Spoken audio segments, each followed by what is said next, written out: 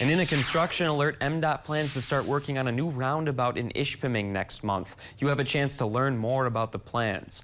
MDOT is holding a public meeting on August 28th to discuss the upcoming project to build a roundabout at the intersection of US 41 and Lakeshore Drive. There will be a short presentation at 2 o'clock that afternoon, followed by a question and answer period. It's happening at the Ishpeming Senior Center.